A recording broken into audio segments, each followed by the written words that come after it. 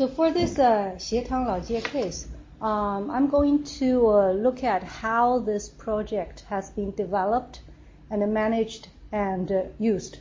So I'm trying to interview the developers, the planners, the officials that got involved in this, and the shop owners, the visitors, and the residents around the Xietang Laojie. So these are all the stakeholders. Yeah. So for the visitors, I'm going to conduct surveys, and also for the communities close to the Xietang Laojie, which is occupied by this old indigenous residents, I'm going to conduct survey as well.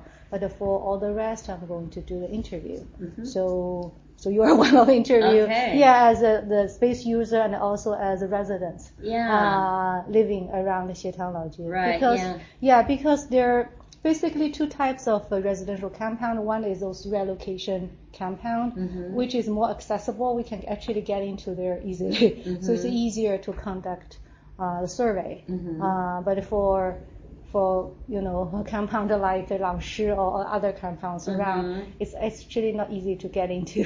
So we think that interview perhaps is more suitable, and also we need to get some more in-depth information about people's view. So that is basically the rationale for this the methodology. Okay. Yeah. So I live next door at Langshi. Yeah. Last time you made actually initially I want to interview as a space user, but you mentioned to me that you lived in Langshi, so I thought, wow, that's perfect. Right. Yeah, both as a resident and as a space user, and also you participate in that activities. So it's perfect. Yeah. Good. So I really would like to thank you for accepting this invitation. So I have a number of questions. So I will follow my questions. But if there's anything you want to discuss, just feel free to talk about anything that comes into your mind. No problem. So how long have you been in Suzhou, and how long have you lived in Langshi? I've been in Suzhou for 5 years, and I lived in Langshi for 3 years. Yeah. Oh, wow, that's pretty long. So when you moved into Langshi, what was the state of development of Laojie? It was they were just starting to build the first building. In fact, where I lived at Langshi, I could overlook that area, right? And I was so curious what they were building. You didn't know. I didn't know what it was. And so I kept watching, and I thought, maybe it's going to be a Walmart, right? My hopes were it was going to be something useful for me, like a supermarket or a department store or something. So, but I really, really couldn't tell what it was going to be. So so I was watching the construction, and then it was evident that it was going to be something like, it wasn't going to be a high-rise building. It was just going to be 1 floor, 2 floors. And it was looking like traditional style construction, right? And I thought, maybe it's going to be, I had no idea what it would be. And the other good thing that really benefited me was that they built the road there. So it's which road? I guess I don't know what you call it. The Xietang Laojie road, right? Okay, that main road. That main road. Okay. So it saved me about 2 minutes because I could go that way on my way to work, right? Yeah. But it was blocked off. So I was, anxious for the road to open so that I could use it to come to work because it would save me just a very small distance, but still. I was really curious. So I watched the whole construction from my window of where I lived. There are basically 5 phases of Xietang Laojie.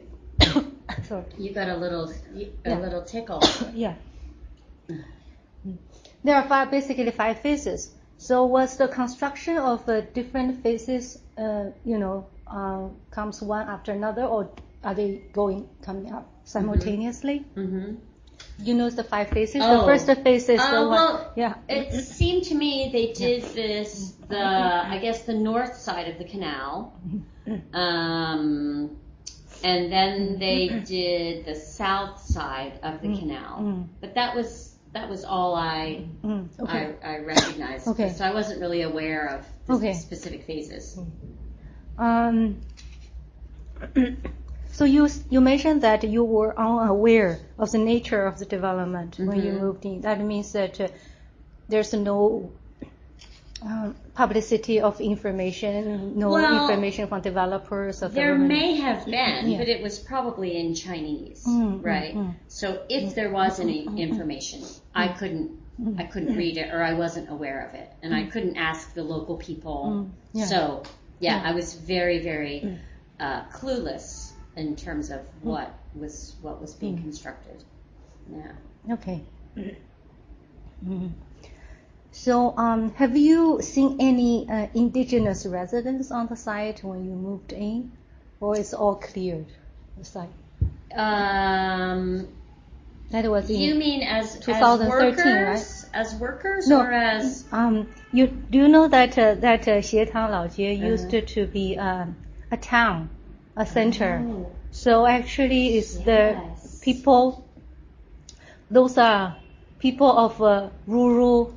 Right. Hukou resident, Right. yeah. Right. Well, So they were relocated to other places. Right. So by the time that you moved to this Langshi, I'm wondering whether those the indigenous residents were still there, or I'll show you. I did notice before I lived there. You know, I would drive that road and I would see the deconstruction of that. Oh.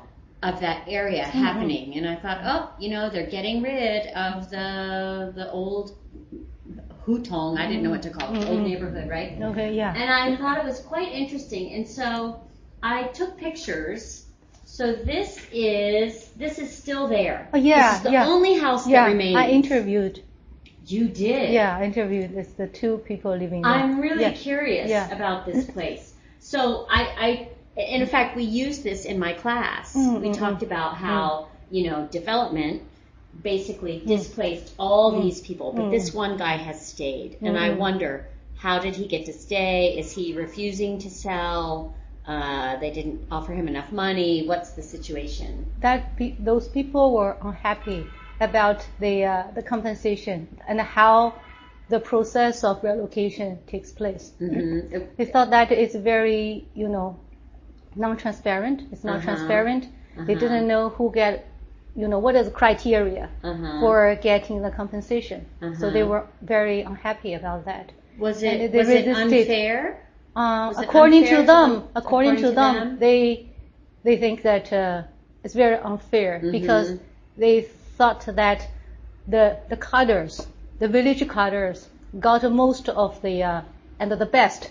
Sweets. The village cutters. The village. The old village. Yeah. And the old town. They have leaders. Right? They call that the communist cutters. Oh, I didn't know that term. They got more than a fair share. So this the head of this household. I think he is very strong.